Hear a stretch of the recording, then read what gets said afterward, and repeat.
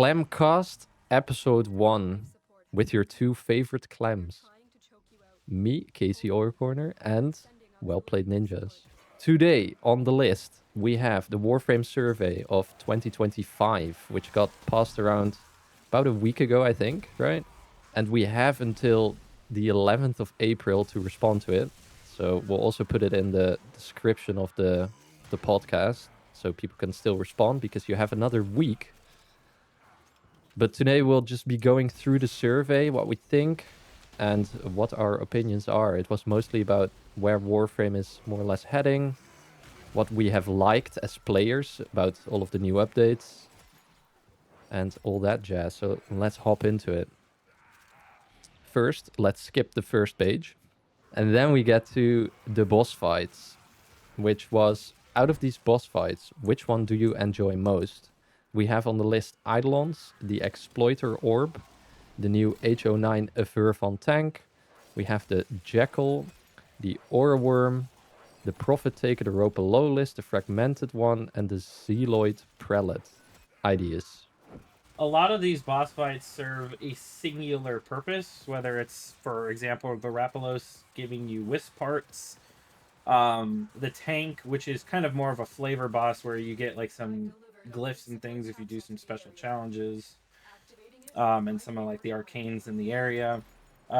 Overall, I enjoyed a lot of these boss fights when you're first time running them, but I definitely like them to readdress them and be like, hey, if you start farming these bosses again, they'll drop these like newer items that everybody can take advantage of, rather than, you know, I don't need to do the Rapalos ever again. While I absolutely love that boss fight, I have no incentive to actually touch it again because I already have Wisp and I've already have her subsumed as well.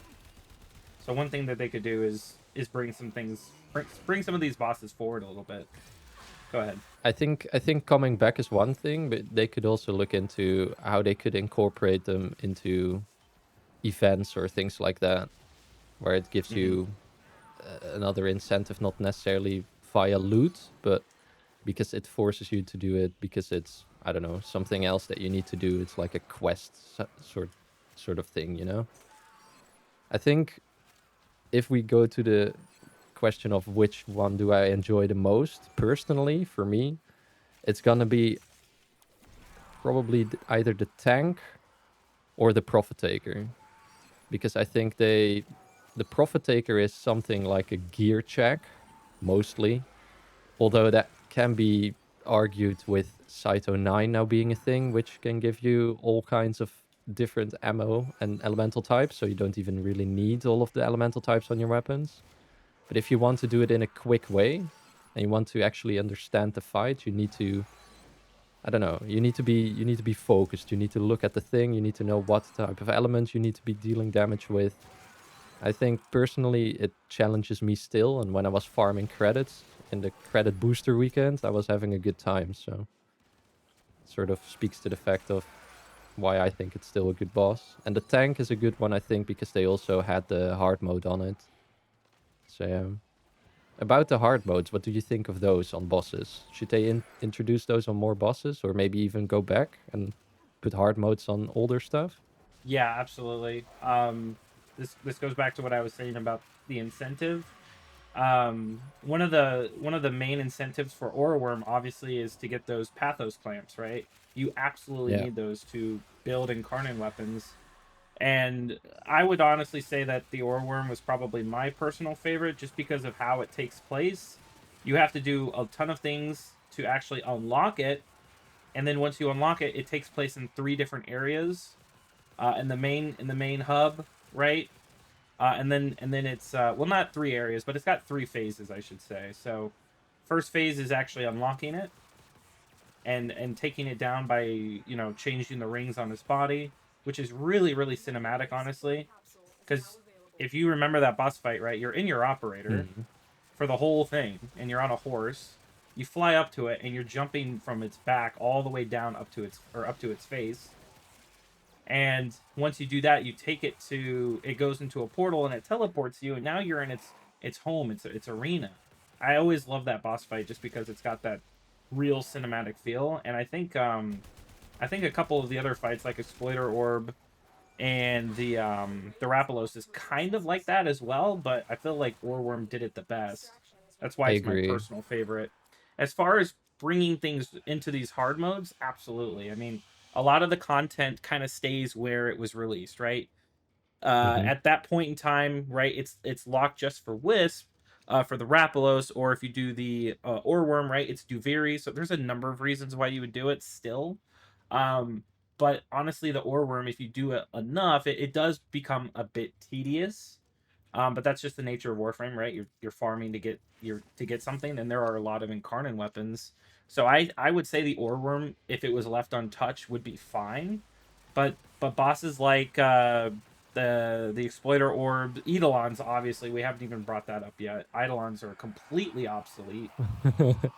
So um, Yeah, no one wants to farm Eidolons because it's quite a nuisance. And like I said before we got into the pod, they changed with Jade Shadows all of the resistances and stuff like that. So we had to adjust all of our builds. I had a pretty good Eidolon setup together myself, and then I had to readjust everything and like re-roll a Riven and stuff like that to optimize running them. And I was like, I can't be asked anymore. I will get the arcanes via those limited time events every now and then I'm fine. And I think that's what a lot of people have now thought is like, okay, there's still some hardcore Eidolon people, sure, because they enjoy pushing themselves and like doing the speed runs, but that community is so small nowadays, I think, compared to what it used to be, that I don't know, it they have to they have to find a way to do something to them, like jack them up or make them more interesting, give them extra abilities or whatever. I don't know. Something along yeah, those lines. I agree. And there's three of them too. I mean, there's only like a certain way you can actually tackle all three, and they still incorporate Nightwave to do Eidolon. So they still obviously incentivize you, like, hey, do this Eidolon, Yeah, get this true. Nightwave, get these Nightwave points. But there's got to be a reason to do it outside of Nightwave, and a reason to do all three. Like, I love the idea of like adding glyphs to these bosses. I think that'd be really cool. Your main reason to do them, of course, is the arcanes, but with Right. all of the arcanes now being readily available from For Phosphor either and from the those Sanctum. events or exactly with phosphor and like transforming your other arcanes, they become kind of obsolete, because I did some testing with all of the arcane packs and I found that energize would drop around 1% of the time. So if you are a Tuval Commons enjoyer, you will be able to get a full arcane energize set at some point without ever touching Eidolons. I'd love to actually see like what most of people, if you leave a comment, tell us what what you liked about each boss, or which specific boss stuck out to you as you've been playing, or if you're a new player, what have you tried so far that stuck out to you? Because maybe there are some bosses that we're talking about and you've never even fought them yet. So let us know what you think about in terms of what you enjoyed, or even what you didn't like. As far as a boss, I don't think I have too much experience with the Zeoloid prelate. In fact, I've talked about this a number of times. I actually took a long break when Deimos came out for specific reasons, Hmm. both in real life, but as far as like how I felt about the update. And this was long before I became a Warframe creator on YouTube. So I actually have no real opinion about that boss fight at all. So when I filled out this survey, I actually put the Oreworm as my favorite, because I think if most bosses were designed in this like multi-layer, multifaceted design where it's taking the player and making them do multiple mechanics, it's the most engaging. And I feel like Warframe really succeeds when they get the player completely involved, especially with the team. Because it's not just you who's doing the mechanics, it's everybody. Everybody's involved with that boss fight. That's what makes it so special in my heart. It's a side note, but what I also really like about the Overworm is whenever you break the rings, the sound design is very satisfying. Warframe's always had incredible sound design. Always. I love their sound design so much. I'm playing Jade right now, and her sound is immaculate.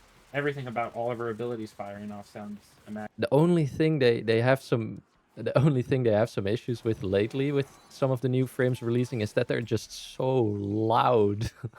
Like Dante was so loud for so long, and adjusted him, I don't know, like one patch ago to be a little bit less loud. I was like, thank the Lord, finally. My ears can rest. Let's move on to the next questions. I think we've talked about bosses for a little bit. After this, they Yeah. asked us to rank the bosses on a scale from 1 to 4, how much we enjoyed them, but we can skip that. The next question is actually about the new tile sets that they released in 1999. So it's the underground that we have from the tech rod, and then above ground where we have the Scaldra. So, in my opinion, one of the things that I also immediately said on one of the live streams I did back then, I think, or one of the videos, is that I really like the way you have two factions in one tile set, where it's like, okay, I'm above ground, I'm fighting Scaldra, I'm underground, there's Techroll. It also means that you have to mod your weapons with multiple types of elements because, of course, they are resistant to some and vulnerable to others. So I like that aspect, and I like how it's thematically also very distinct from each other. So I think they did a good job there. But what they are especially asking about is things like destructible items, um, how they feel probably to traverse through, the environmental storytelling that they're doing, and then that's pretty much it. So what are your thoughts on the new tile set? I hope they do it for all of them, because if you, the way it's designed, it's almost like its own little plains area. You do a mission, you go out there, and you have access to everything. Every type of mission. Every type of mission, you have access to the full entire map that they've made for it, and that's not the same with these other ones, right? We're in this Grenier tile set. There are tons of little extra rooms that they have for Grenier tile sets that I wouldn't be able to visit in this particular mission, right? It's all random, but Mm-hmm. with Höllvania, it's not random. Every time you go out there, oh nice, I got secondary weapon increase. Every time you go out there, it's the same, and it kind of makes it feel really organic. Whereas when you go into the Grenier tile set, right, it's choppy, but that's by design, right?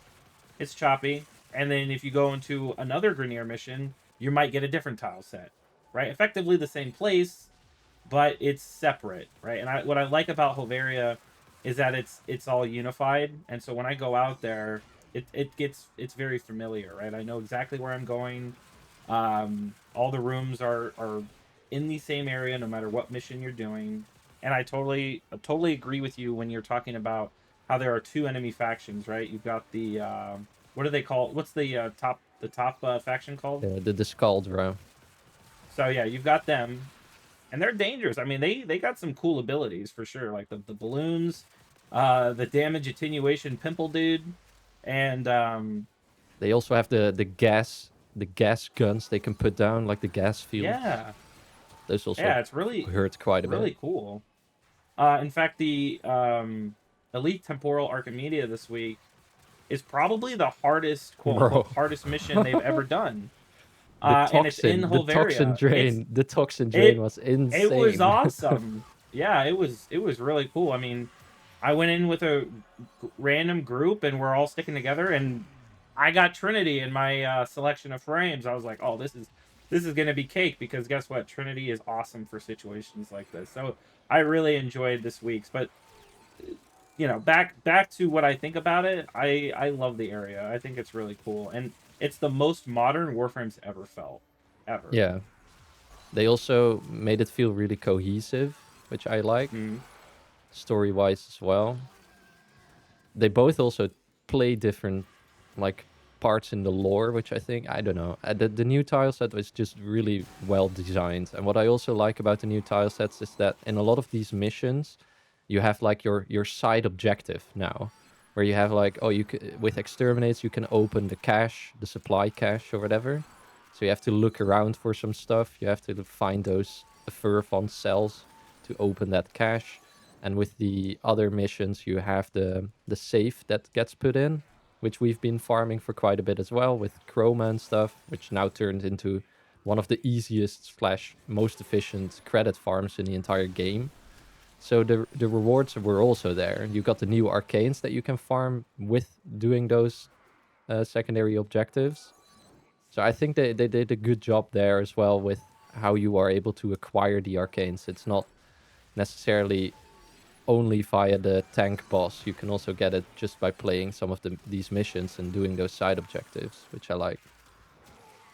So yeah, all in all, great stuff. Keep it up. The only downside I think would be is that the underground where you have the tech rod is sometimes really hard to navigate through, and the waypoints sometimes mess up majorly. Where you're like, I have no clue where to go at this point. I don't know Yeah. what way is up or down. So there could be some improvements there. I know exactly what room you're talking about. It's like It's a little crazy. red hue room, and you try to jump up, and yeah, the ping is all Yeah. over the place. There's Where's also this? Where's this guy at? what? I'm just Go ahead. slapping him right here. Bam. Goodbye, Can you violence. waypoint it? There he is. Okay. But Go ahead. I also like that they, with the hotfix, the Encore, Techrod Encore, actually released some new tiles into that tile set as well. Mm-hmm. Because Yeah. when I was in there, I was immediately like, "Hey, this is new. I don't remember this." So it would be nice to do that in future updates as well, where whenever they have those echoes or encore updates or whatever, to add just a couple of more tiles, they could probably like hold them back and then release them at a later date, even though they produced them straight away. I like that because it keeps it fresh, even with some of those extra updates. I do want to talk about the Kim Messenger. Next one was the Kim Messenger. What do we think about it? I really think it's cool that every day you log in, there's some new dialogue for you to play with. However, I will be honest. Once, I actually have a funny story. Once I actually picked my partner, I chose Letty. I really stopped communicating with everybody else. I was like, I'm a one character man, baby, you know?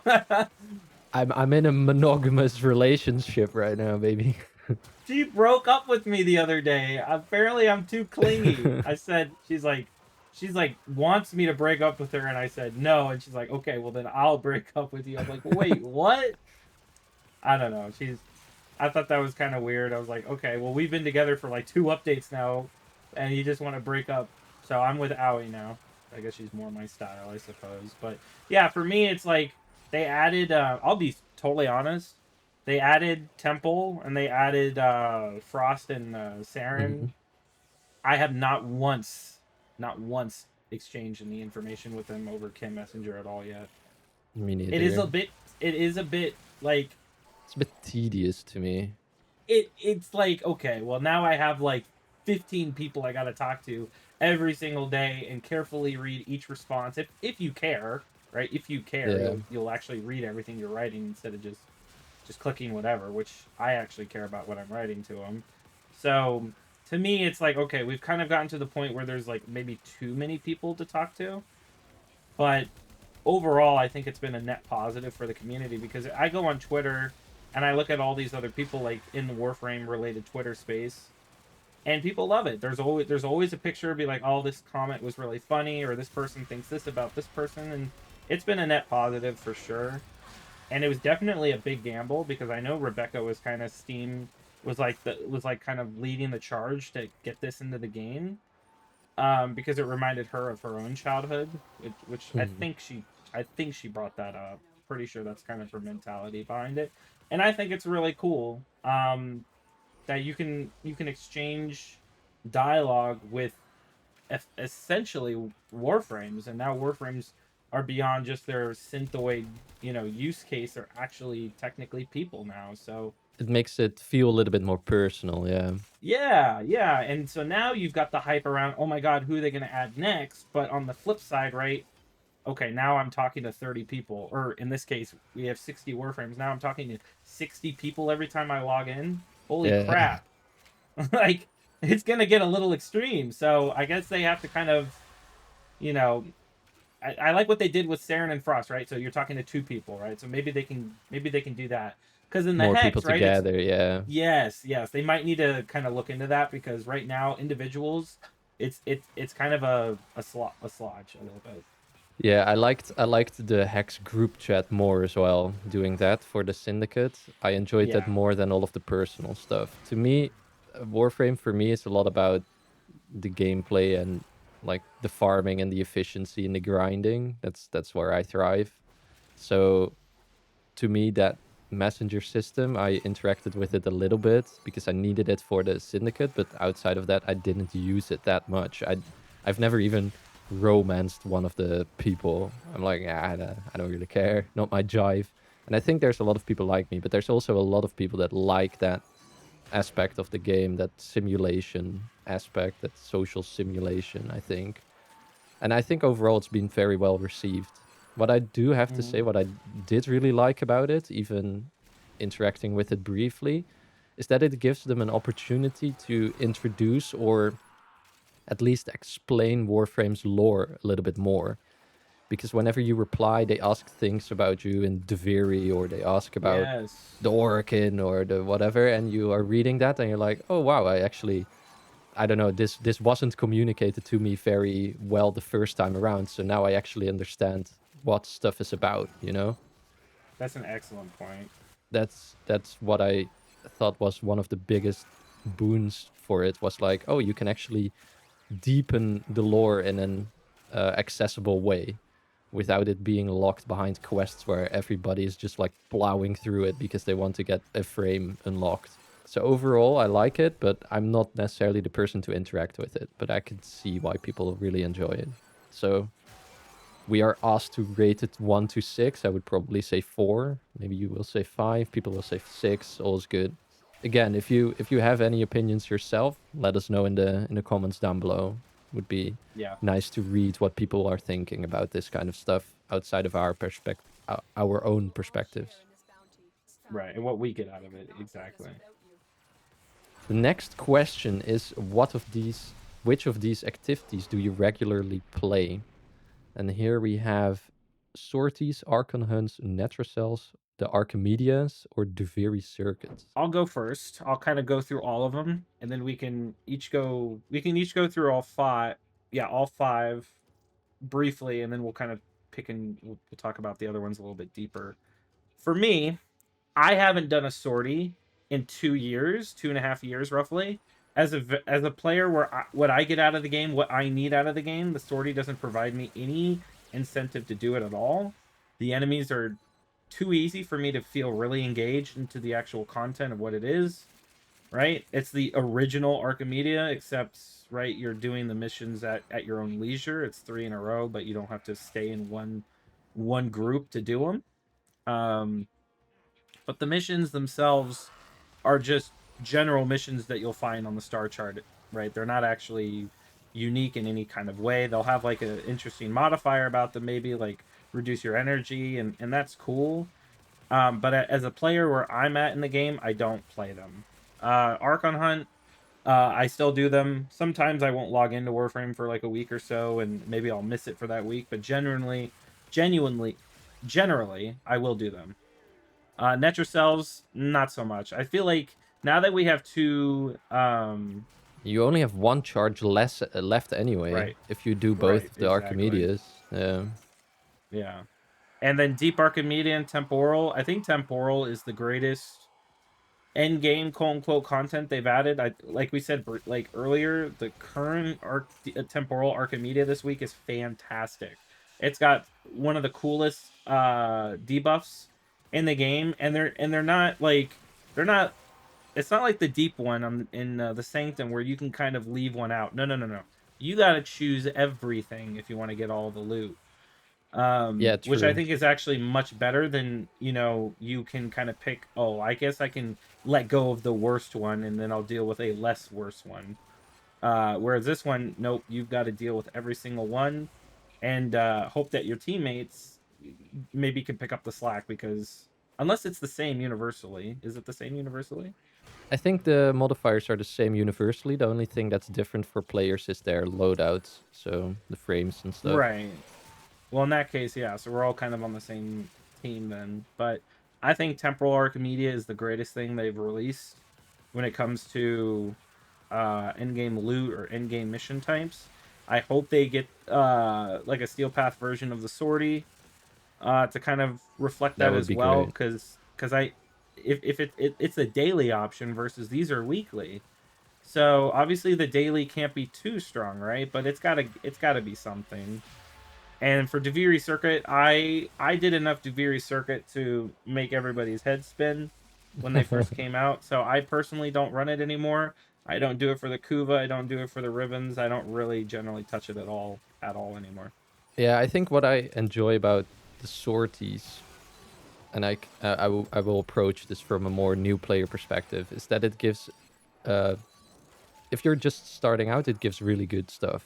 Honestly, you get a chance for a booster for 3 days, which is great if you're just starting to play, because every booster you get is of great value. You can get item sculptures, which give you quite a considerable amount of Aya in the beginning, especially if you upgrade them with Item stars. Always never forget to use your stars, people, please. You can you can also get Riven mods from there. You can get what else? The legendary core, which can, I know it's like a I've never gotten legendary core from sorties. I don't know if they up the rates down the line, but I've never gotten a No, legendary core from there. I've gotten it once. It's a carrot on the stick that can work Yeah, for some people to keep playing it, especially if you're new and if you get a legendary core, that's of insane value. It skips the credit cost and the endo cost to upgrade a primed mod. That's crazy. So there's definitely good stuff in there. The thing is that it's just, if you're in the end game, it's too easy to steamroll through it. And while there are modifiers, they are super weak in comparison to what we now have in Temporal Archimedia, especially. So I don't know. If they are going to do it, I think it's fine in the place where it is. They just need to add an extra version of it, maybe. So, like you said, a Steel Path version of it would be interesting to me to see if it could engage me to play it once every day again, instead of once in a blue moon when I'm so bored out of my mind it's the only thing I have left to do. And then for the other stuff, I agree. I really enjoy Temporal Archimedia nowadays. And I think it's a real shame that as Warframe is a grind game, it's a weekly thing. And we have to wait an entire week before we can play it again. It would be cool if there was, and I also mentioned this in the unofficial first Clemcast, where it would be cool if there's incentive to farm it more than once, where it increases in difficulty or whatever, or gives some a not too overpowered extra reward. Could be cool. Something like along those lines would be nice. And then the Netra cells, yeah, you already said it. And you only get one if you do both of the Archimedias as a endgame player. So I actually think that's one of the things as well, is these reward pools are getting relatively diluted in the Archimedias. So I was actually thinking on doing the math. If you really want something like red shards for your frames, for ability strength and stuff like that, I don't know if it's actually efficient to do Temporal Archimedia for that. Because you can get the combined shards, but often builds don't use that many combined shards, except for some of the melee yeah, builds where you need like 5 violets. In that case, if you don't have a bunch of violets yet, definitely do Temporal Archimedia. But if you are looking for a bunch of red shards, it might be better to stick with just deep Netra Archimedia and then cells. the 3 Netra cells. Yeah, Yep. I think. But I haven't done the math on that, so I couldn't really back it up. That's what I'm gravitating towards. And then the Archon Hunts are still good. Archon Hunts are still fine. Ultimately it's going to be, because in temporal you have access, your loot pool is more diverse.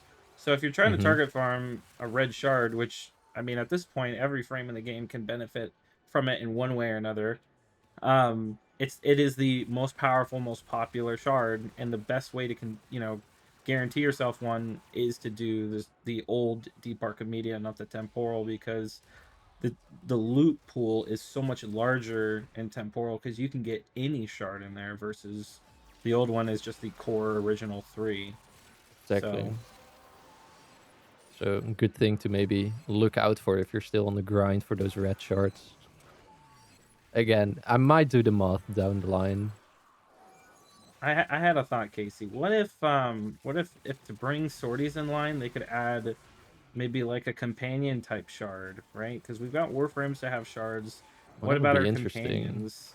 Like, to bring Sortie in line, right? We have so many different companions that possibly they could maybe incentivize you doing sorties by maybe a companion can only hold 3, and you can possibly Mm-hmm. get yourself 1 every day for the companion only.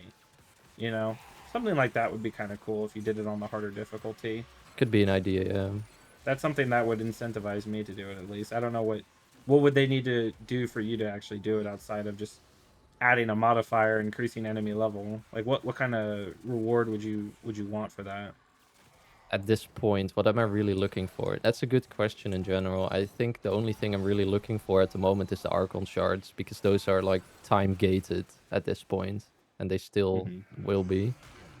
And there's a lot of frames and a lot of builds, and sometimes I even have 2 frames with different Archon shard loadouts, because I'm doing build videos on some of them, and I don't want to go through all of my bile to remove the shards every time. So I just slap Tell them me on 2 about it. different frames and then have multiple builds. But that's like, I don't know, how do you say that? It's like suffering from success almost, right? Yeah, as a creator, right? Most people watching this don't have this problem because they're not No. trying to put out content and you know inspire people to try different things in this little game called Warframe. But for us, right? I've been bile broke for like a month now, and it's absolutely brutal. Not being able to do something that I really want to do. Talking about that, maybe in Sorties they should add a resource that you can get that just gives you 100% bile or whatever. Oh my god, that That would would be be actually amazing, really right? oh, actually that's actually really good. I love that. I guess Yeah. bile is something that I need. Yeah. And Bile we trust. The next one is about Omnia Void Fissures, which I love. We are not doing one at the moment. This is an Axie Fissure, but I love Omnia Fissures. We can Mm-hmm. choose which type of mission we want to add for the next Omnia Fissure pool or whatever. So we can choose Mirror Defense on Deimos, Mirror Defense on Mars, which is where we got Citrine, Void Armageddon, which is with the Void Angel spawns on the Zeraman, where you have to build sort of like tower defense, where you have to build the turrets and stuff.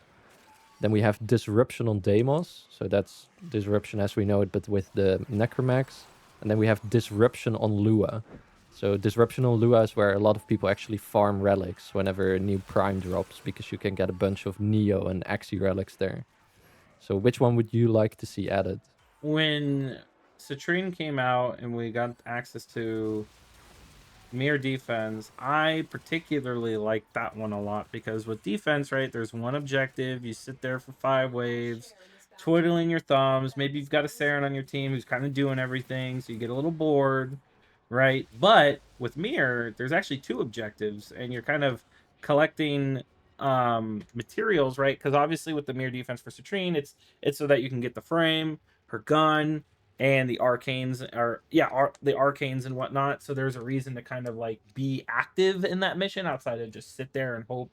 You know, you can run a you know a build that lets you turn your brain off or whatever. Personally, I'd like to see them add that again because I haven't had a reason to do any sort of mirror defense, and currently the only way to play the mirror defense is to do the Citrine one or I guess technically Temple now, right? Temple's the other mirror defense right now. No, Temple is still defense, more or less, but it has like a boss spawn every now and then, Okay. which you have to kill. Is that the one it's referring to on Mars? Or Deimos? Or which one is that? No, Deimos is also mirror defense, where you can collect the glyphs. It's also sometimes in Archimedia. Okay. So you collect the Vitrium glyphs, and then it enforces the shield on it, or whatever, reinforces the shield. Okay. So it's exactly the same um, as the other mirror defense, but the difference is that the mirror defense on Mars, you collect those shards, those Rainia and the other type of shards, the red and the blue ones, for Citrine and her parts, and then on Deimos you collect those glyphs to reinforce your defense objective, and you don't actually get any resources out of it, as far as I know. So that's why I would also say that adding it on the Omnia Fissure on the Mars mirror defense also gives people a reason to go back there to farm the arcanes that dropped with Citrine, which you can also get from that mission. Encumber being one of the best. Yes, so if they add Omnia Fissures to that mission, it would be the best loot-wise as well, in my opinion. Because you get some really good arcanes from the Citrine drop too, especially Encumber, like you said, but also Arcane Steadfast is another one that's really good. Yep. So it would be nice to see them added on there. I can see why the other missions would be good though. Void Armageddon is something I've never played after doing it once. So the return for profit too, right? You're getting prime parts, you're getting void reactant, you're getting steel essence, you're getting whatever materials on Mars, so like morphics, things like that. Which, by the way, is bile. And then you have all the extra arcanes that you can buy thanks to that from Lloyd, and then you can turn it into the real Lloyd for Phosphor and get a different arcane set. So like the investment return on investment is huge on a mission like that. Absolutely that's massive. why I would love it to see it there. It's a lot better than those disruption missions, because with the disruption on Deimos, you get the capillary vessels to buy Dante and his parts, but you don't get any arcanes, so it would be a lot worse farm-wise. And disruption on Lua would be nice for the relic farm, I guess, but bah, we have other disruptions we can do where we can also get Axie relics. We have the disruption on Setna, Kappa. If there's a Kappa Fisher, you can also get. Don't bah humbug Varuna now. They just did a Q&A on Reddit and they're talking about possibly buffing her. So don't bah humburger yet. Okay. Maybe we'll see. We'll see what they do. But yeah, I think I don't even know if Varuna needs a buff, but it's another discussion. It's more like, you know, people have been asking for her to be able to run on all fours, and aesthetically that would be awesome.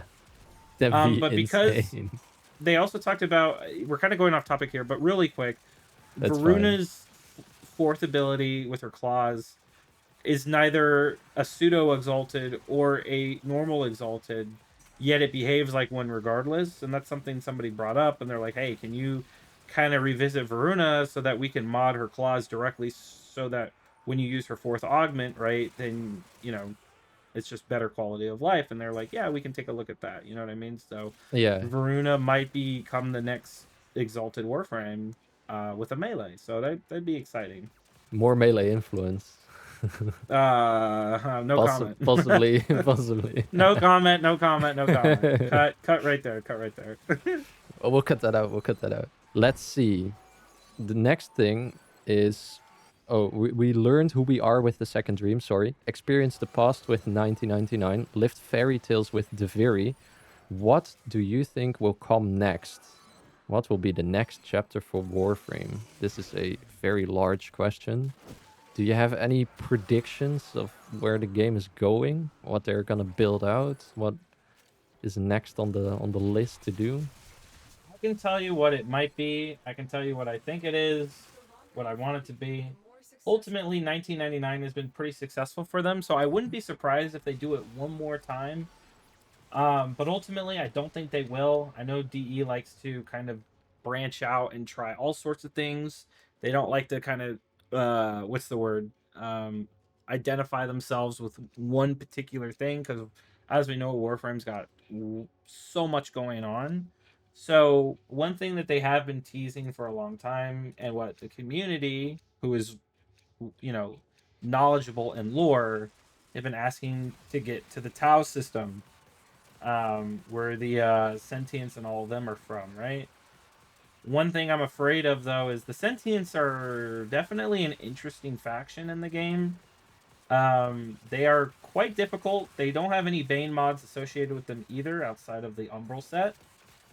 And honestly, I don't know how new player friendly they are. I mean, obviously we had the War Within, and the new War Quest, which had you kind of running around. But from what I've heard, a lot of people complained about those missions being too hard, because again, that faction is not necessarily easy to just kind of blow them up, right? They've got their own damage attenuation, in a way, right, where they kind of ignore faction. Like, I feel like they would be kind of non-friendly, at least from a, because TE is obviously in the business of bringing more players in. I don't know how beneficial that would be for them to go to Tau, because again, it's difficult, but of course we've got a lot of people asking for it. So my answer would be possibly more 1999, but my hope is that we go to the Tau. But one thing, the personal thing that I wrote for myself outside of this little Clemcast is that my hope for the next aspect of Warframe is more difficult content. That's my personal wish, just for what kind of player I am and what I look for in this game. Not so much lore related or a new tile set, but just kind of bringing everything else in the game, what they currently have, in line. Just more quality of life things, which they've been doing pretty good at for the most part. So just keep doing that, and then everything else will kind of fall into place, I think. I think I agree on a lot of the stuff you've said. And what I also think is that they are going to expand on 1999 for a good first part at least, until they do something else, because I think it's seen a lot of success. It's seen new player influx, and I think it also gave them a possible way to keep expanding with all of these proto frames and things like that. So they will probably, we haven't been towards the conclusion of the quest anyway, because we still have to find Rusalka and all of that jazz, so we don't even know where the lore goes next. If I were to look very far ahead, I don't know. You never know what they're gonna do. Like Deviri was gonna be a roguelite experience, which it is. Then we have so many different things in this game that it's hard to predict where they will take it next. So everything's open, I guess. Everything's on the table for them to develop and do. Yeah, 1999 itself was totally out of left field. People are like, wait, what? Our We're doing Warframes are what? humans now? What? Huh? Yeah, that was a Exactly. real head scratcher. It's like, what are they cooking here, guys? So who knows? We might get the same sort of like level of head scratching release next. Who knows? Next time around, yeah. We can definitely say DE is not boring. They definitely like to take risks. Yes. If anything, definitely they want to do something they've never done before and challenge themselves creatively, which I think is one of the biggest positive traits about their whole development Design for philosophy. Warframe so Yep. far and design philosophy. Yeah, exactly. So those were pretty much the predictions, I guess. See what's on the next page, what we have. Which of these ranks the highest on your personal wish list? New player experience, raids, PvP, tileset remasters, I like to be surprised, or unsure, for if you don't know what you actually want. I'll take a lead on this, I suppose. Let's see. Personal wish list. For me, I put raids, but raids is a little bland for me. As far as, or broad, I should say, right? For me, raids is in the context of difficult content, and I already touched on this. I want difficult content, and if DE thinks the shape that'll take is raids, then have at it. Give it a shot. You guys have done it before. It was pretty successful, but ultimately had to be removed from the game for one reason or another. And there has been absolutely zero radio chatter in terms of any sort of palpable information about it outside of just like Rebecca kind of winking or Steve smirking about that comment, right? Nothing of real substance Yeah. where they would actually do this.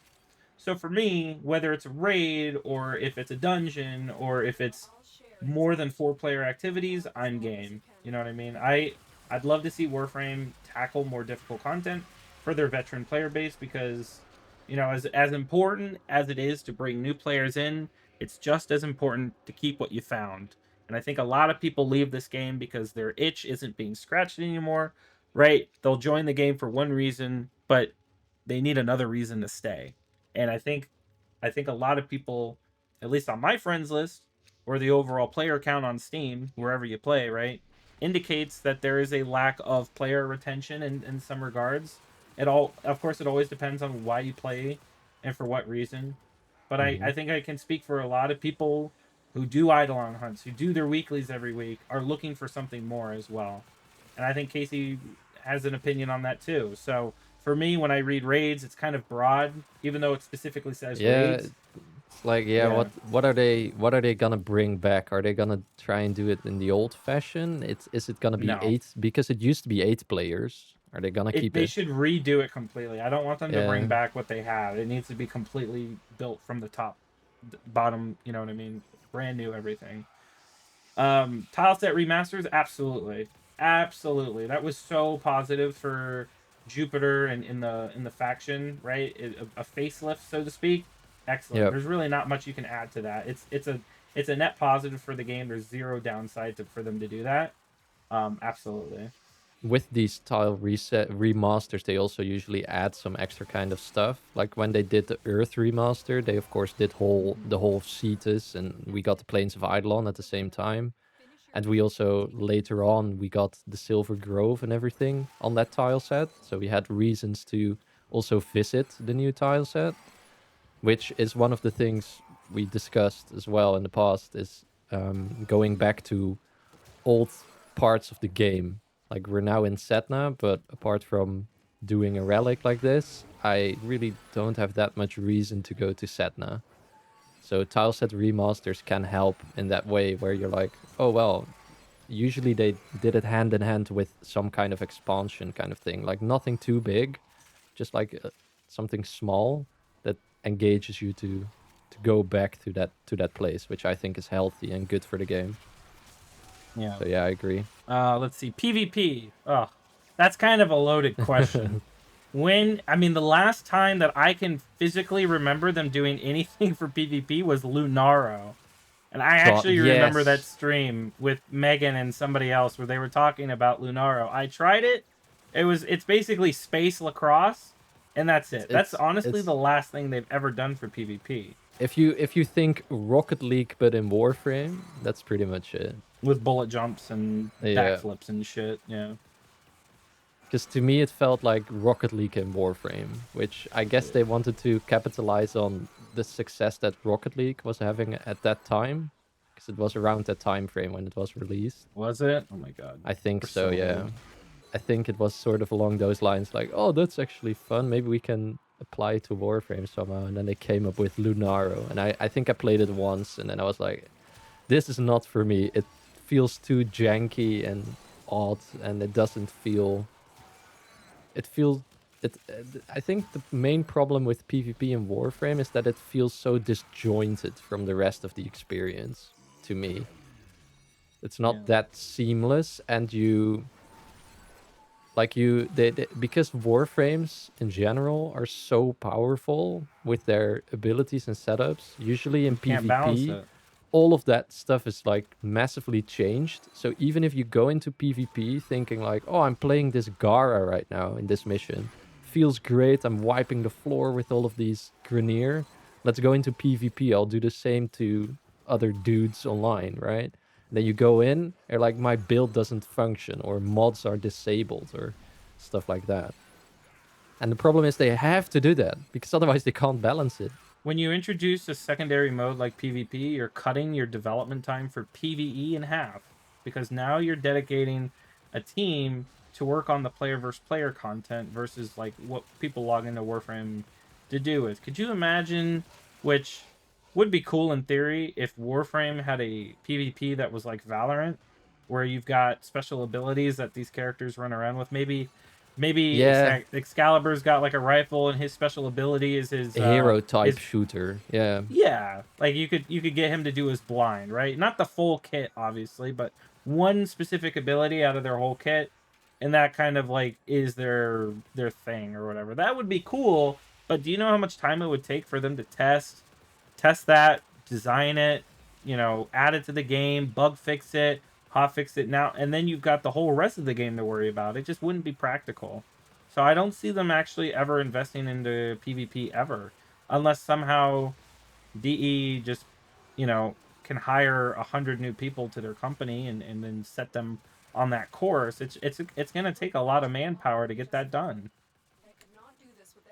It's not easy, so I just don't see that as a practical selection. True. But who knows? If enough people vote for it, maybe they will. I don't know. Whatever they end up doing, you know. I think a lot of people coming to the game now from Destiny are like, "Where's the PvP? What the hell's going on? I want to Yeah. blow up some dudes with my powerful Warframe, and I can't do it. Where do I go?" Radiation proc. Yeah. Come on. Do you remember how much fun that was in those void defenses where you could hit yourself God. with a rad laser and then I'd go into And then Mace's I regulators kill and mow my everyone. entire team down? Go, what happened? Yeah, sorry, go ahead. Ultimate troll. Yeah, Yeah. no. I think the hero kind of shooter thing where you have your team and you have abilities and you push an objective or whatever.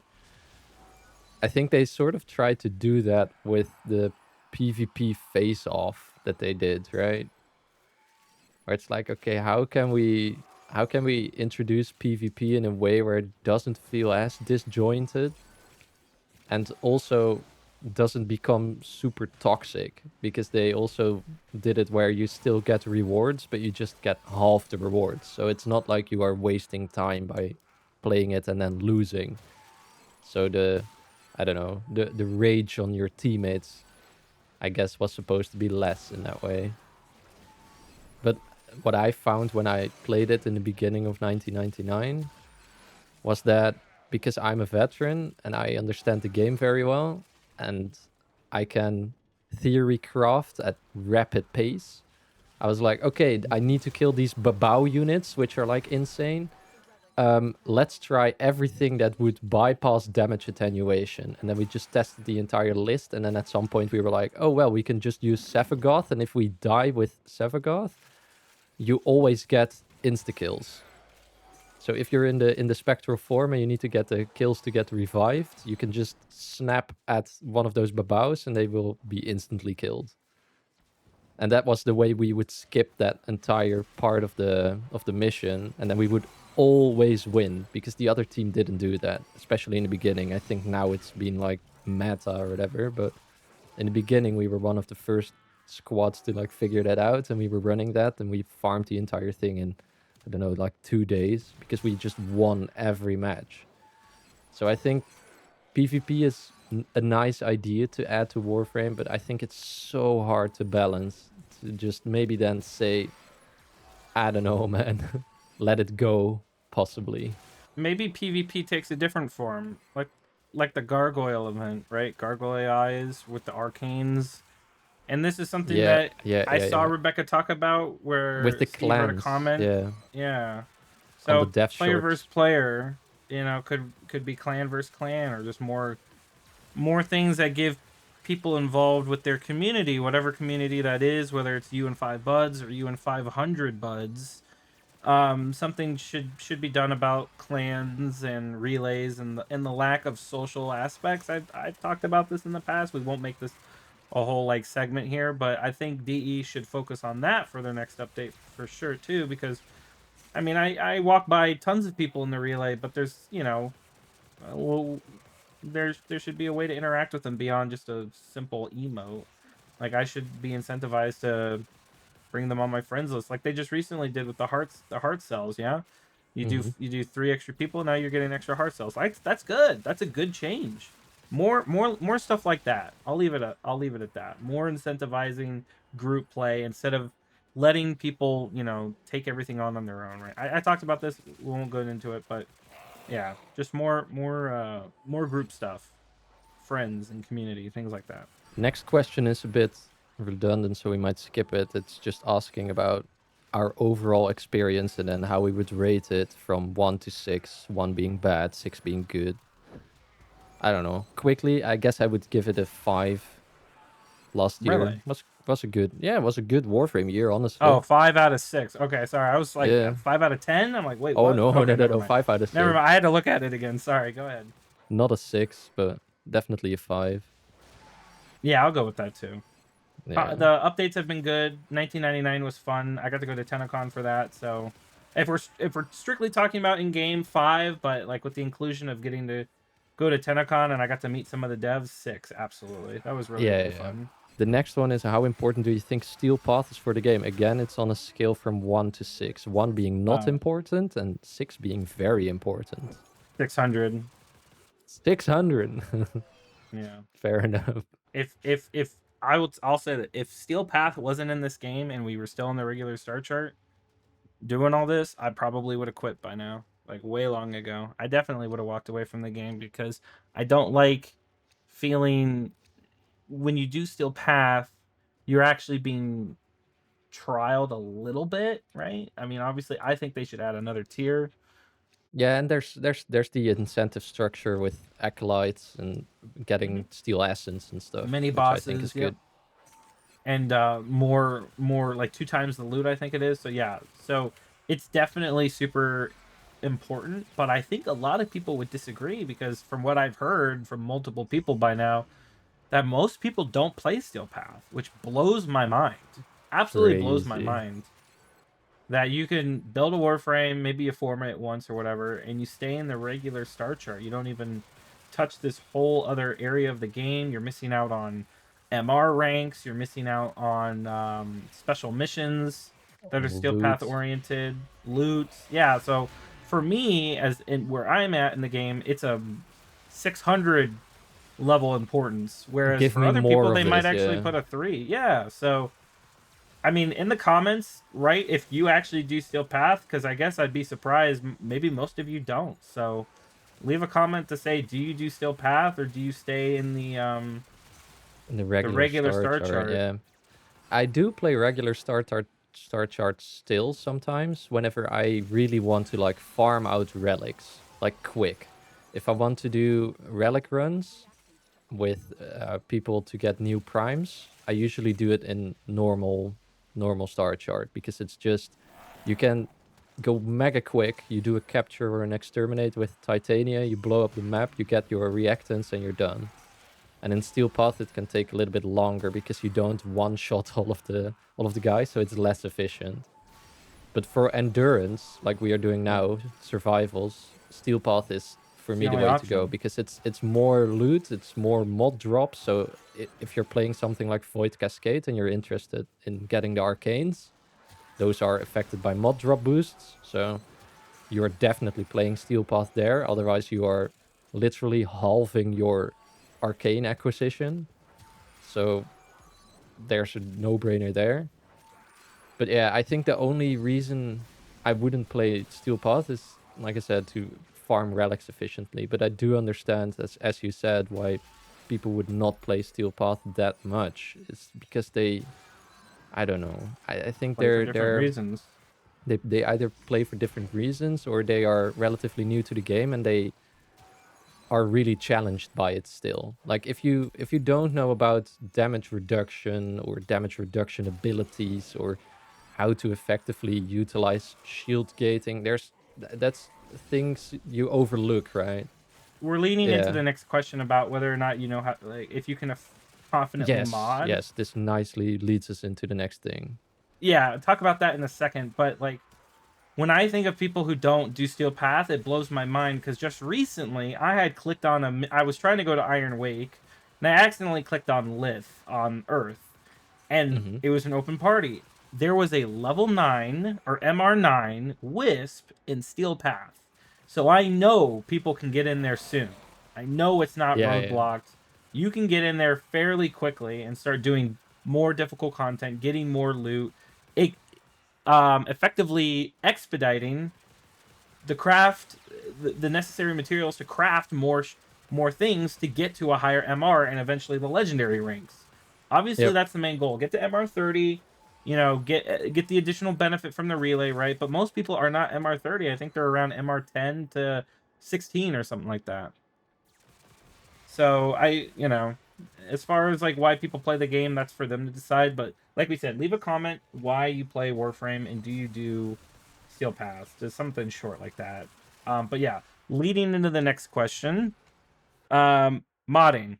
Or actually, it's Helminth system. But let's do the modding We real can do the quick. modding first, yeah. Since it transitions nicely into it. Yeah.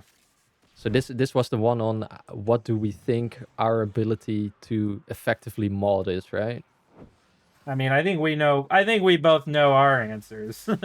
We have a whole channel dedicated to it. How confident are we in creating good mod builds? Pretty Yeah, confident. uh, I would. I don't want to toot my own horn, but I would say 6, right? Because Yeah. at Oh, this point, absolutely. whenever I build something, I either understand game mechanics super in depth, or I go out of my way to find the in-depth game mechanics, so I can make sure that I min-max for every little tidbit in a build, which then in the end is still personal preference. At the point where you get to the real min-maxing, you get into personal preference area of, do I want that 15% extra duration from my red chart, or do I want that 50% extra ability strength, right? But at that point, you know you have a good build together anyway, and it's effective, at least in the entire game. So I would say 6, but I think a lot of people will overestimate themselves in ranking this. So I think the responses on this question will be very much skewed towards being high, a high ranking, even though people actually don't know how to build. Because I think a lot of people take, and this is, I guess I'm a proponent of the problem at that point. A lot of people go to YouTube, they look up best XYZ build, they click on a video that has a catchy thumbnail, and then they go, okay, I'm gonna skip to the build. It's usually timestamped. I'm gonna go there. I'm gonna copy paste. Oh, I don't have some things. Okay, I'll get those. And then they get the whole build together and it doesn't function how it looks like in my video or whatever. And then they leave a comment like, I'm not dealing your kind of damage. And then usually it's things like, they are not understanding that you have to prime enemies. They are not understanding that you have to get viral on them. They are not understanding that everything is synergized. So if you are missing a companion in your loadout, you will get less damage because it has a certain mod on it that armor strips or stuff like that. Yeah. And if they didn't skip it, they'd hear that explanation if they didn't skip through it. Exactly, because usually I put it in there somewhere. Sometimes, of course, I miss things, but then I try to rectify it in a pinned comment. Whenever people leave comments and I'm like, oh shit, yeah, I missed that. Never mind. I will put it in the pinned comments, sometimes with a timestamp, sometimes just in general. But a lot of people skip the actual part where you learn about how the game functions and they just go to the build. And then they have this powerful build that works really well. So they will answer like, oh, 5, 6, 4 maybe. I know how to make good builds. My builds are OP. But you didn't come up with the way it works or like identify why it is good. You just know it is good. It's not the same thing. One thing I've loved that DE has added to this game, in terms of quality of life in recent years, is they've added explanations of what each status type does. Right. So they Yes. recently In reworked the status arsenal. types, Yeah. and there was a lot of information to go over. But they give you a bite-sized chunk. Right. You hover over magnetic. You understand how magnetic works, how blast works, why it's important to run them, like how you can, and if you can read what it does, then you can kind of conceptualize, hey, what if I ran this weapon with this frame and use this grouping tool, and then I could see some really cool stuff happen on my screen into my eyeballs. You could do something like that, and that's what I can me and see some Casey love crazy doing. We numbers. love showing stuff like that off to viewers, and people who may not be subscribed, but just people who are looking around YouTube to see like, what I kind of want to play this new Warframe update. What should I run through my playthrough today? And they might see one of our videos or one of the other many build tubers out there for Warframe, and believe me, if everybody could answer 6, me and Casey would be out of a job because nobody would watch us because they would know what they're Exactly. doing. Yes. So I would imagine most people would answer a 3 or a 2 to be, if they were being completely honest. They were Some honest, people just yeah. watch us to see, some people do know how to build, but they just like to see what we're coming up with. So that's kind of the fun True. part too. Or So they sort of understand why build is good, but they still want the nitty gritty, which I then try to give always in a condensed matter as yeah, possible. there's a recent build by Ken Engineer with Ash, and I know you've made an Ash video, Casey. His Ash video showed off Proton Jet, I have never used that mod ever, right? Yeah, But it's a yeah, really, I really awesome concept, and I guarantee, nobody normally would come up with that, right? So I'm not sure how he came up with it. I think he's doing some live stream with some viewers, and they were kind of putting it together. But like, that's the beauty of Warframe modding. There's all sorts of things you can come up with. So I feel like DE is on the right track in terms of helping people kind of figure more stuff out, because they've been adding a lot of cool mods, a lot of different magnetic with fire rate, radiation with fire rate. You've got crit damage with punch through for secondaries, right? All sorts of really cool mods being introduced with these latest updates. So modding is getting a little bit more complex, but at the same time more intriguing, right? It's not going to be the same 8 mods every time now. There's actually some nuance to some of these weapons now, so that's really exciting for me, and I know it is for you too, Keesie. exactly. I think this also, to me, makes me think about the codex system, which is one of the main ways in which like information is trying to be communicated to players, but almost no one interacts with it. We have this whole codex system, and you can scan enemies and see their vulnerabilities and learn about them. But I think a lot of people don't even know about it, that its existence. Even it even gives explanations on, I think it's like abilities, damage types, damage over time effects. A lot of stuff is actually in there and gets explained relatively well, but people just skim over it. And I think that's why they recently tried to put it in the arsenal so it's more accessible and you don't have to go to another UI menu to find that information, which is good. So they should definitely keep that up. Is that what you put for what Warframe should explain or introduce better? Yeah, it would be that. It would be explaining what I put there as an actual comment is they should explain how the damage is actually calculated. So if you hover over the arsenal and you hover over your total damage, you should be able to see where your damage is coming from somehow. Like, what are the mods doing? I don't know. A formula might not be necessary because it might put people off, but it could give a small description maybe of how it's calculated, like how it gives the description for blast damage, how it's like, oh, well, if you deal max blast stacks and then you get extra damage in a 5-meter radius, all that mumbo jumbo. If they put some mumbo jumbo like that on the total damage that you can scroll over, where it's like, the total damage is calculated with your base damage, separate from your elemental damage, which gets then multiplied by whatever. Like, put some kind of text there so people know, or at least It's there for get the sort people of who want to see it. information. Yeah, exactly. You need to hover over it, so it's not in your face, but Yeah. maybe give the explanation of how the damage is calculated there, because it might help people without needing us, which may be a bad business decision, you could say. Because, like you said, it would put us out of a job, but I guess it could give people a way to actually know, like, oh, well, if I want to deal max damage, I actually need to have mod XYZ. I need to build for fire rate, I need to build for an elemental mod, I need base damage, and then I need this. Like, I need 4 different layers, and then I deal the max amount of damage on this weapon. There's a way where people can come to that conclusion on their own, that would be great. Wholeheartedly agree on that. Let's see what's next. Yeah. Oh, the type of skins. What about the helmet system? Yeah, we skipped the helmet. Backtrack a little bit to the helmet. Yeah, so as build tubers, we obviously interact with it super heavily, and I think a lot of people do as well, because there are a lot of people I see running around with roar on their build.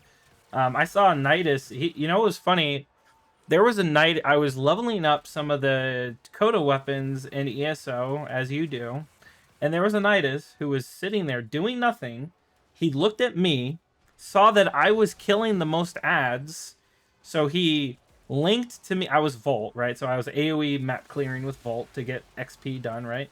He linked to me as Nidus and took off the 4 and replaced it with Roar, and he was increasing my electric damage, and he was just standing there making sure I was linked up at all times, helping me. I thought that was the coolest thing ever. I had In my 10 years of playing, I have never seen somebody go in with the pure intent to buff the guy who does the most damage so that I could just get my XP and leave. I have never seen that. I thought that was the coolest thing ever. So, I think a lot of people interact with it, especially now, because not only can you see it in your ship, which everyone has access to, but it's also in Höllvania, in the back room. So there's more than one place to access it, which means more people will see it, more people will use it naturally, right? You can access it in more ways, which is great.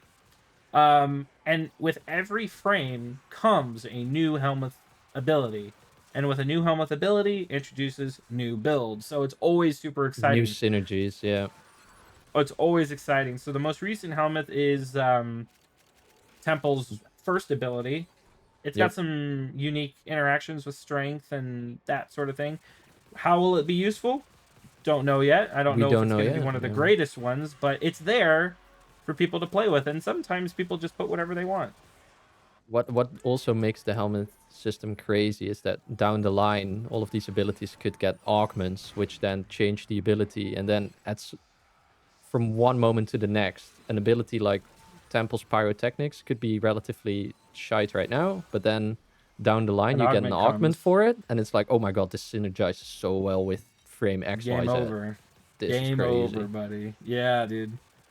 Which is really hard to balance from the side, but it's arguably one of the best systems they introduced in the entire game, I must say. Also one of the most powerful and one of the hardest to balance, which I think so far they've done relatively well. They tuned down some of the Helminth abilities not too long ago, right? Like I think Diminished. a year ago, they got diminished stuff on Nourish because it used to be 100%. And they nerfed the Helminth version of it a little bit. As I'm running Nourish, which is still an amazing Helminth ability. As I'm running Nourish too. it's one fits all, but yeah, I think it's one of the best systems. It is to be argued whether it's a good thing that you have access to it via Platinum at any mastery rank nowadays. Because in the beginning, so I've been told by one of my Warframe friends that it used to be the case, or it used to be the plan for them to add it after mastery rank 15. So it should have been MR locked, and at the moment it isn't. And I think they did that because it's such an integral part to Warframe's build diversity and stuff that you see online. I think that a lot of the feedback must have been, I wasn't really around for that time, the feedback must have been like, I see all of these cool builds that are put out online, and I can't do any of them because I don't have the Helminth system. So I think there's not really a way around it. And I think at the moment the way it is fine, but it could be a problem that people can buy power so easily. They sort of, they also skip the creative process of thinking about what Helminth abilities could pair nicely with other things and stuff like that. More thoughts? Yeah, that was one of the things I put in. What do I want DE to focus more? This is sort of a selfish answer, but I want them to focus more on augments. I think their current release structure is good, but I mean, God, every time they add a new augment, I get so excited. I mean, I had been waiting for years for Geyer to get an augment for her first skill.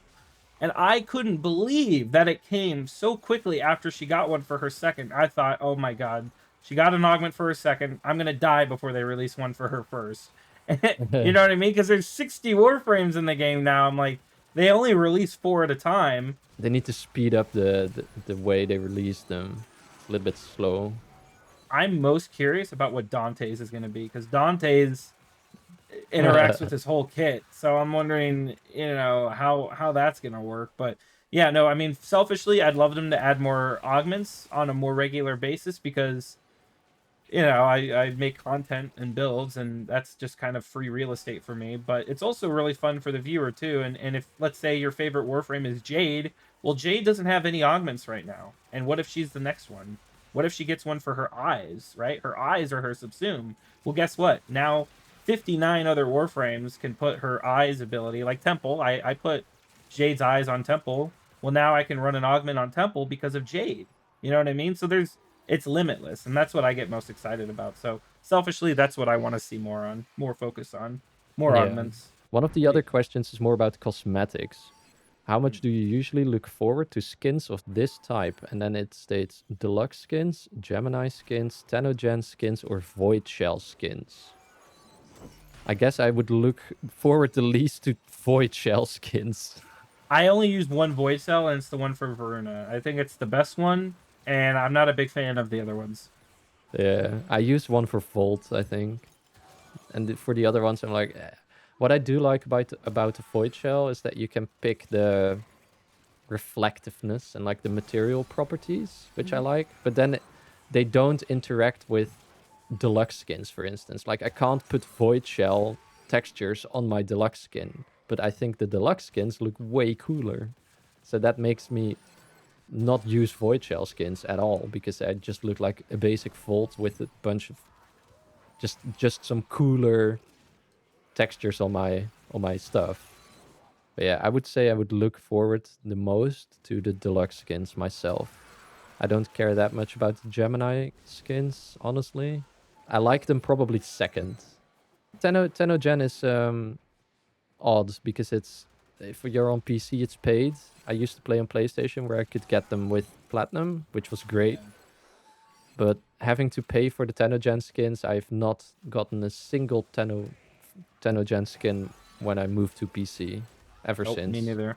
Me neither. So I don't know what they should do about that, but I'm not looking forward to Tenogen skins usually. I would say Deluxe number 1. What's your opinion on this? Deluxe 100%, because when Deluxe skins drop, there's a chance it was designed by Liger. And if the viewer doesn't know who Liger is, I guarantee you've seen his skins before. Hydroid's Deluxe skin, Nezha's. He even designed the Warframe Sevagoth himself, right?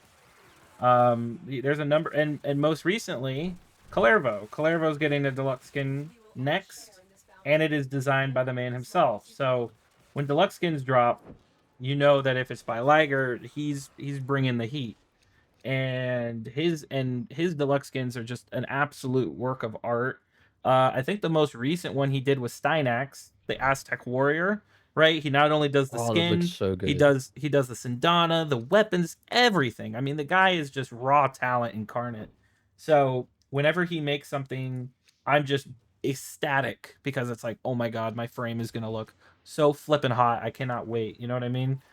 So yeah, Deluxe skins number 1. Geminis are cool. I'd love to see what they do with Mesa Gemini, because obviously Mesa's a cowgirl, and so that could be kind of interesting. And Tenogen, I'm literally the exact same opinion. Ever since I moved to PC, I have not bought one, even though I really want to. I just like, man, $7. I like, can't. Yeah, I can't justify the costs because it's. I don't know. I know a lot of work gets put in those as well, and I really like most of the Tenogen stuff, and I would really like to have it. It's just, I don't know. The value offer doesn't draw me personally. And good luck trying to get me to buy a skin for a frame I don't play. Good luck. Whereas before, I might buy it just because it's 160 plat. Sure, why not? You know what I mean? Like, Yeah. why not? It's a cool skin. When eventually I do try out this frame, I'll have a skin that I can play around with. You know, like for example, the most recent Tenogen Steinax skin. I think that thing is excellent. I think it looks really good. I'm not gonna buy it though, because I can't buy it for platinum. So. And I mean, rip, but also, I mean, that's just the nature of the beast with PC, I suppose. But yeah, if you're on console and you don't know this, PC players cannot buy Tenogen skins with platinum. It has to be bought with your nation's currency or wherever you're at. So it's a little lame, but it is what it is. So those are my opinions. Now, which Warframe without a Deluxe skin should receive one? I think I actually put Jade. I did put Jade, and I'm not saying that because I'm playing her. I actually did put Jade because I would be very interested to see what kind of Deluxe skin you would put on a pregnant Warframe. be pretty interesting. Or hell, a Gemini skin for Jade would also be very interesting. So Forever pregnant, like, you know, Bonnie Swanson from Family Guy at one point. Yeah. God. No, I don't personally know who I would like to see a deluxe skin from next. Who am I playing a lot who doesn't have one? That's the other thing. I don't really know. Lavos not having one is kind of Yeah, criminal, I'll admit. true. The prime looks really good though. That's Yeah. basically the deluxe skin. But yeah, I don't know. I'm also usually just surprised by the deluxe skins, and I'm like, oh, that's cool. I guess also we got teased the Citrine deluxe skin, right? I think I put Yeah. Citrine as I wanted to have a Citrine deluxe skin, so my prayers are already heard. Yeah, so Calervo and Citrine are getting one. Calervo, I think, is going to be next, and Citrine is in progress right now. What do I look forward to the most in the new Nightwave? New Augments. cosmetics, returning items, augment mods, gameplay, weapon slots. I answered augments here as well. Always the weapon augments. Anybody who's ever looked at the trade chat will know how extremely popular AucuCore became overnight, right? As soon as the Because of Nightwave the went augment, away, and you've got people like Warframe Flow, MH Blackie. You made a video on it too, right, Keesie? I'm not sure. No, I don't think I have an AucuCore video. No. I made an AucuCore video long ago when that mod came out. I mean, the weapon is absolutely insane. If an enemy has no armor, it's just freelo all day long with that thing. So it completely revived the weapon for everybody. I mean, it was a no-go, and then now it's one of the best secondaries in the game, only behind Dual Toxicist, right? So Nightwave bringing augment mods is honestly the most exciting, but I also liked it when they were introducing ephemeras. But honestly, lately it's been the same ephemeras released, right? We haven't gotten an actual new ephemera in a while. Yeah, I think we have one new one now in the Nightwave, where it's like a sort of matrix codes over your Warframe, something along those lines, which looks relatively cool, but it doesn't stand out per se. And then we got some new armor this time around as well, which is Techrot themed, so you can put a TV on your frame, stuff like that. Sort of like what the Techrot has, all of the semi-infected sort of look that you can put on, which is cool, but don't know. Most of those armor sets are relatively underwhelming to me. And I guess you can get the Umbral Forma from Nightwave. It's hard to stylize with those things because it's like, well, that while that attachment is cool, it would only look good on a frame like Nidus. You know, so you're effectively creating, like the augments, right? Effectively creating an armor set that only looks good on one frame for the most part. Yeah. So the cosmetics would be like a second thing I look forward to. The returning items I really don't mind too much. I guess it's good to have them nonetheless, because if you missed out on the Occucore, I know that they had it in the Neighborus event, the Knights of Neighborus event, like a little while ago in October, so you could get it relatively easily. But my god, you couldn't get that mod for anything under 200 platinum before that, which is just ridiculous.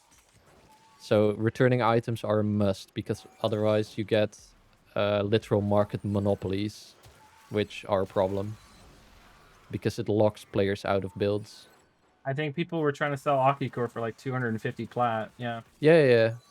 That was where the price was before the Knights of Neighborus thing brought it back, and then it dropped significantly, of course. But we get the same problem at the moment with the Coda weapons being released, and augment mods for those weapons having come out in the past as well, for the Catabolist and the Sporthrix. So at the moment, volatile variant used to be like 40 platinum for a volatile variant, and at the moment it's like 150. So it's shot up by 100 platinum. That means that a lot of people now don't have access to that mod anymore, because they don't have my ridiculous 40k platinum where I can just splurge it on anything and be like, it's fine, whatever. Little brag right there.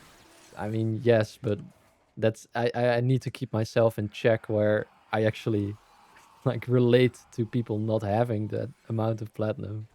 Well, watch out for me and my 75% discount I just got. Watch out, buddy. I'm on my way. I'm on my way. That's the best way to farm platinum. Just get a job at McDonald's. It's the best Buy it. platinum conversion rate, and then wait for a Yeah, coupon. really. That's the best platinum farm. No need to farm arcanes. Just get a job, I guess. Okay, let's see what's next. I love this question. Rate the social features like Social clans or features. hubs in Warframe. I put a 1. I would have put 0 if I could. I think I put a 1 as well because it's horrible. I don't Non-existent. interact with my clan. I barely interact with my alliance. What I do see is that there are usually some people that do, but those are like the hardcore social butterflies, right? Those are like the people who are looking for that community aspect, but it's in no way, shape, or form is it like, how do you say that? It's not put forward to engage with any type of social stuff in this game. Like you join the clan for the blueprints and you're like, nice, I'm on my way, goodbye. I got all of my blueprints from the dojo. GG, thank you very much. Next. And the alliance even less. Like, why is there even alliances? I have literally no idea why there would be alliances. I guess it's to connect people within a clan with more people. So it feels a little bit more like a community. So you have more people to chat to in an alliance chat, but what's the point in game, right? Why would I be part of an alliance? I want you to include the clip of Rebecca answering Steve's question. I sent it in the Discord. I'll look it up. Yeah. What is your wisdom? My wisdom is from Robert Dudley, who says, I'm trying to keep my clan alive. More dojo content, please. More dojo content. Interesting. We usually put a pile out as sets get in and settle Yeah, down. we did just add all the 1999 decos, but decorators are only one part of the piece of the puzzle.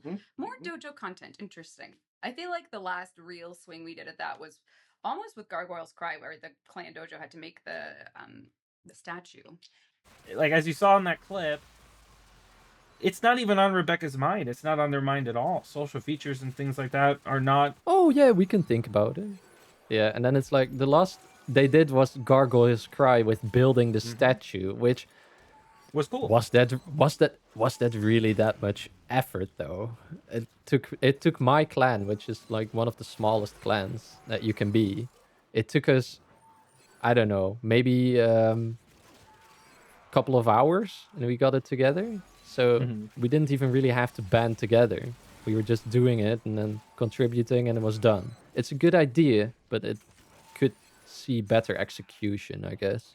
Yeah, I'm kind of surprised that we like talk about the Warframe community, the Warframe player base, right? And we're all sort of like we're all kind of on our own right now. And we had talked about this in my one of the discussions we had, Warframe is Warframe, on my channel, where you feel like we're playing adjacent to each other. Like me and Keesie have been playing together for the last 80 minutes, but I'm literally flying in the air, not looking at him at all. Like, we are in the same mission, but we are not playing together, so to speak. So, and as far as like clans and things like that, like, I'm also in a clan that has full research, a couple like spiffy rooms here and there, but ultimately I have no social engagement with them at all because it's not incentivized. There's no incentive to be in a clan. There's no clan battles like if you were to play Epic 7 or some other gacha game, right? That so many other games have clan-oriented content, and there is zero clan content in Warframe, even though one of the coolest things about Warframe is the dojo. The clans, right? and the dojo, and is the clan community in that the it can dojo create, and the relays and all of that stuff, right? You can go to Barrow and you walk up to Barrow and there's 36,000 people at his feet, right? And we're all there, and there's like nothing you can actually do with them. There's no like there's no social features outside of just standing next to the person, walking past them, maybe spamming an emote, hitting an emote, hitting the Dougie, basically. That's it. So for them to ask that question, it's awesome. I'm glad they asked that in this survey because it really needs to be looked at. It's a 0, man. It's a total flat 0. and you know, me and Keesie, right, we're creators, right? So we have opportunity to meet with a lot of people, a lot of different people, and we're struggling. Imagine the average player. You know, it's bad. Yeah. It's real bad. Unless you move together from another game and start together, because one of the other issues that Warframe has here and there is if you take friends into Warframe, they're like, what the f is this? What am I playing? Yeah. What am I doing? There's all this shit to do. I have no idea where to go, and it's not waypointed. So this would be the new player experience, which remains a thing they need to look at. So even though it wasn't on our top list to change, it's still something that needs to be developed in the background always, because it's been a thorn in Warframe's side because it's so diverse. The game is so big, it's grown so large. Players just need to be waypointed to what they need to do and why. But yeah, the community could definitely receive some kind of overhaul. Give us more stuff to do. I remember when back in the day you would have these limited time events, and I think they still do it, where if you had a certain score with your clan, you could get like a gold statue that you could show off in the dojo, stuff like that. I guess that's the most community-based reward that there ever was. The dojo statues for events. They could do more of that, but I don't know. Maybe make it more of a standout feature, because whenever I'm in a dojo, I don't necessarily go and look at, oh, what kind of statues does this clan have? Yeah, it's just for trading right now, right? You go in there, you invite somebody to your dojo. Yeah. It's all decked out, you know. It's like an episode of Cribs on MTV. It looks cool, but ultimately it's hollow because you're only there to really trade with that person. You're not there to actually socialize or do anything with them or invite them later to a mission. Obviously, those opportunities are present. Like nothing's stopping you from doing that, but there's no incentive to do that. So without incentive, you're not gonna drive people to do it.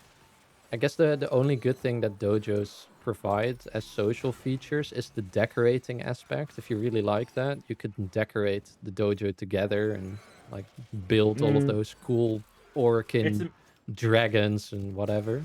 It's a platinum and material sink, though, really. True. It's a way to withdraw platinum from the economy so it doesn't get too inflated.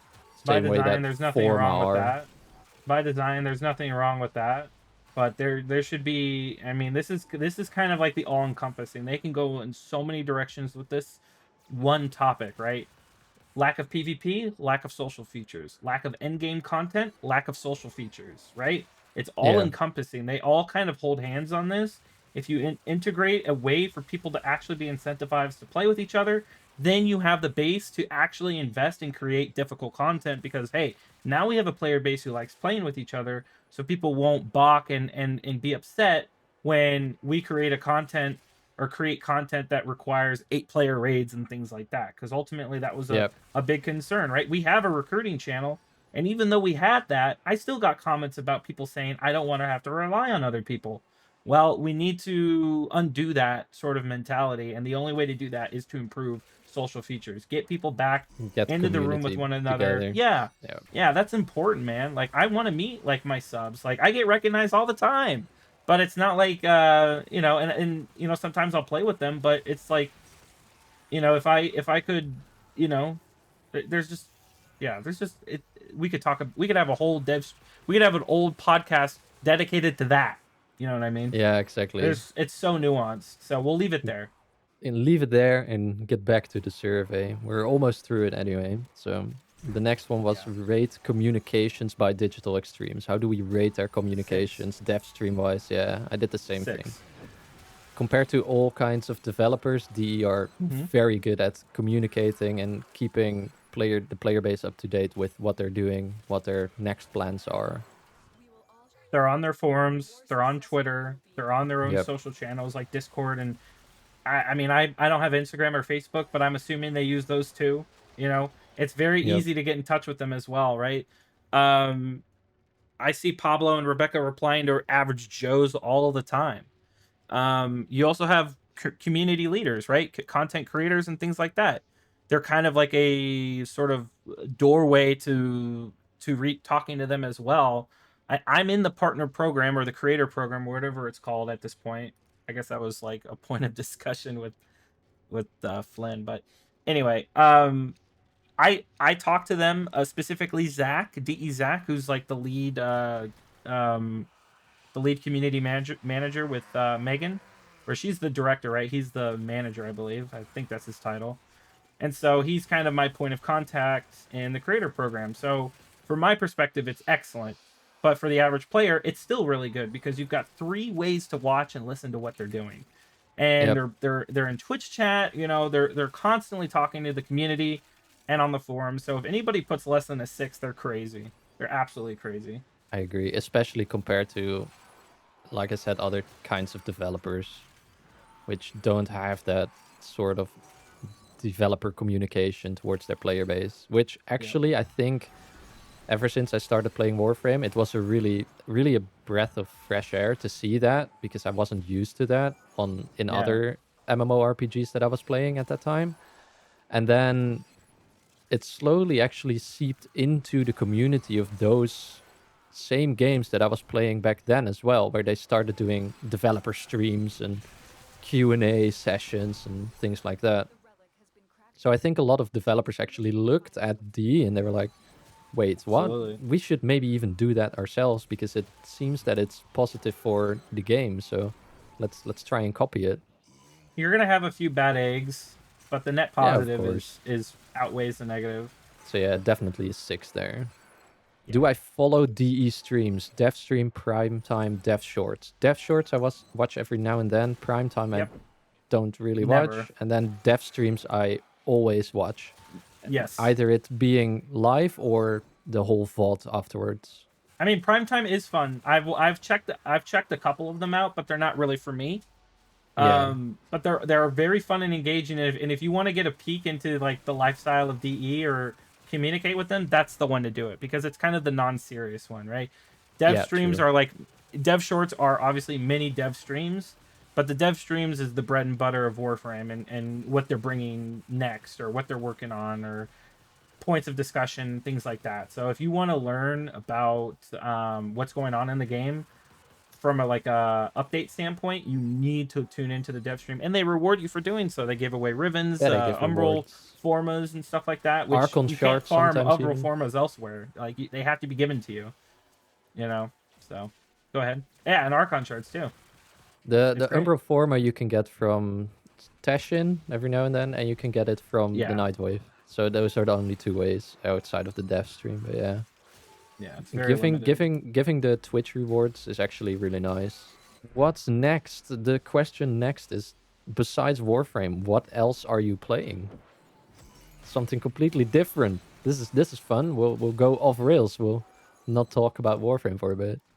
I play Destiny 2 a lot. I've been playing Destiny 1, I've been playing Destiny since D1 beta. And I consider, and you know, I've been advocating for harder content, yes, because I know what it's like in D2.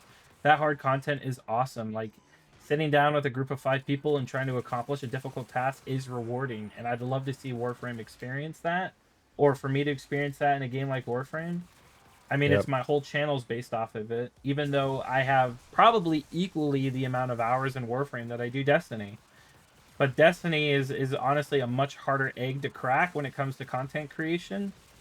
And Warframe just felt really easy to kind of break into, and because I don't know, it's hard to explain. I found it a little bit easier to make content on, because with Destiny, Destiny has its own problems, where, you know, Warframe doesn't have the same problems. So it's kind of like this or that, so to speak. But I played Destiny, and you know, maybe the occasional shoot some zombies in Black Ops 6, stuff like that with some buddies, IRL buddies.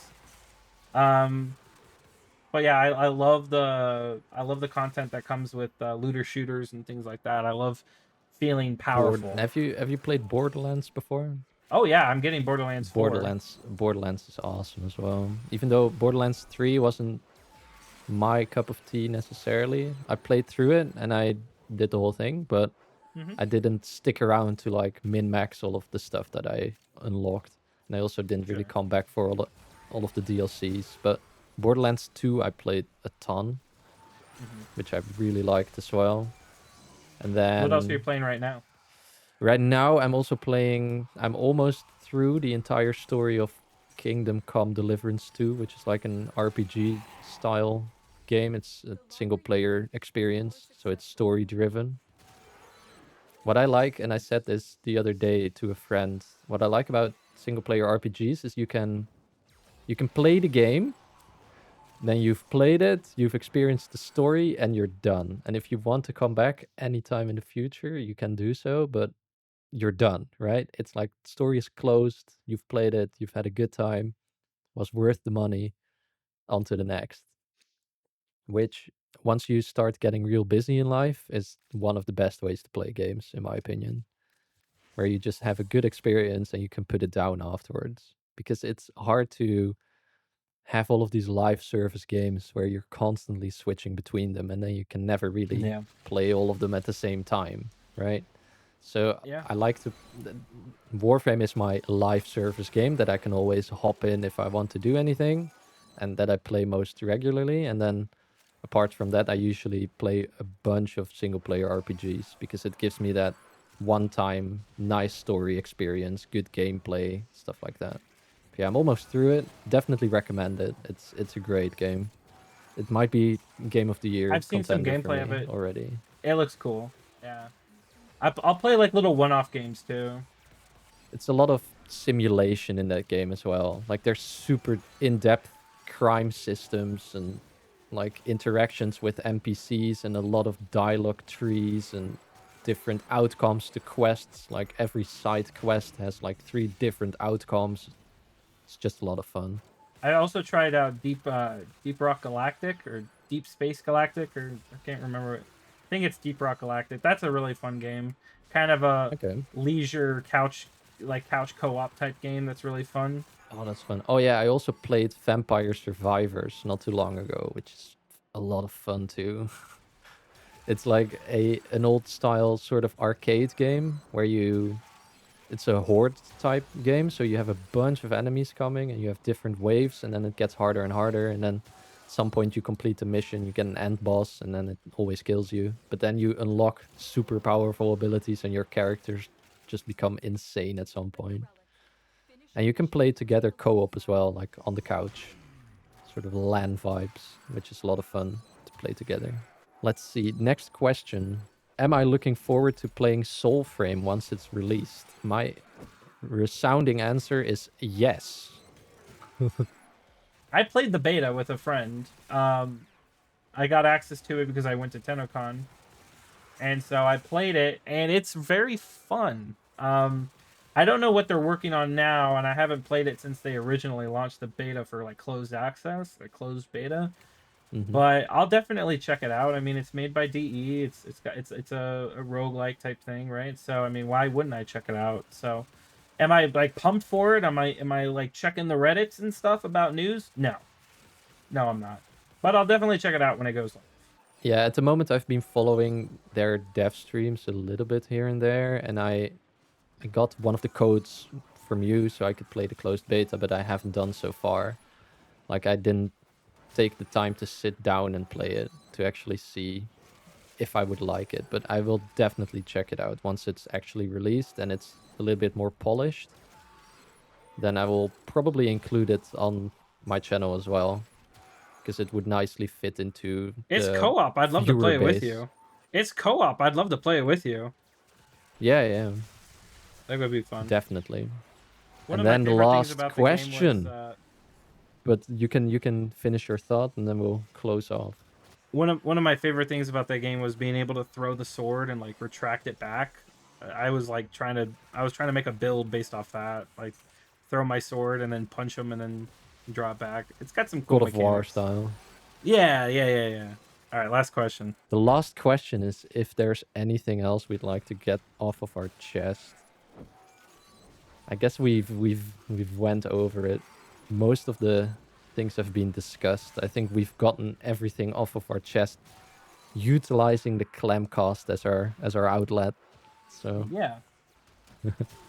we'll see how these Clemcasts go. I'd like to, see what the community feedback is, because ultimately we want this to be kind of a way for people to kind of interact with more than just us. We want to have special guests on, and if we grow popular enough, maybe eventually we could have DE on themselves. Who knows what the Who future knows? holds. Exactly. So if you like this kind of stuff, definitely give it a like, share it around maybe. Yeah. Leave a comment Please as do. well. We've asked for some of your opinions on things, so definitely leave a comment on whether you are playing Steel Path, what kind of skins you like most, stuff like that. Definitely How did you look answer forward the to hearing survey? your Yeah. opinions, yes. And the last thing, last but not least, in the slightest, is the Tennocon giveaway, right? Right. So thank you for reminding me. As a partner, and DE has been gracious to sponsor, quote unquote, or offer a giveaway through me as a creator for a Tennocon giveaway. So the recent Tennocon pack that you can see in the store, where you get that really cool, awesome new Sindana they added. I mean, it's like top tier anime, right? And the Borrow Relay. The digital pack comes with the Tennocon Rift Guard, which is that Sindana. A bandana for your operator, so you can kind of look like ninja, I guess. Not me ninja, but the important ninja.